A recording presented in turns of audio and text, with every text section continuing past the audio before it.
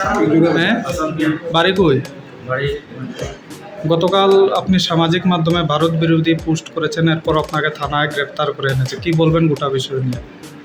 কথা যে আমার সামাজিক আমার যে ফেসবুক আইডি থেকে প্রায় 9টা দিকে একটা পোস্ট করেছে।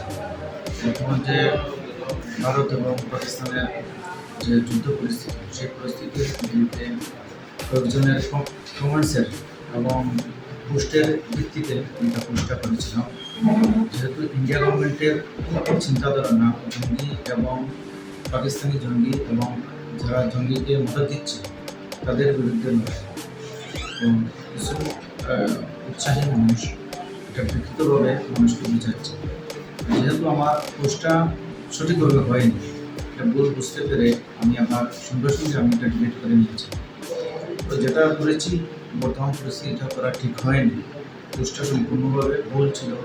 আমি সবার প্রার্থী যেরকম আগামীতে এরকম হবে না, রাজ্যের প্রশাসন এবং প্রত্যেকটা জনগণের কাছে আমি ক্ষমা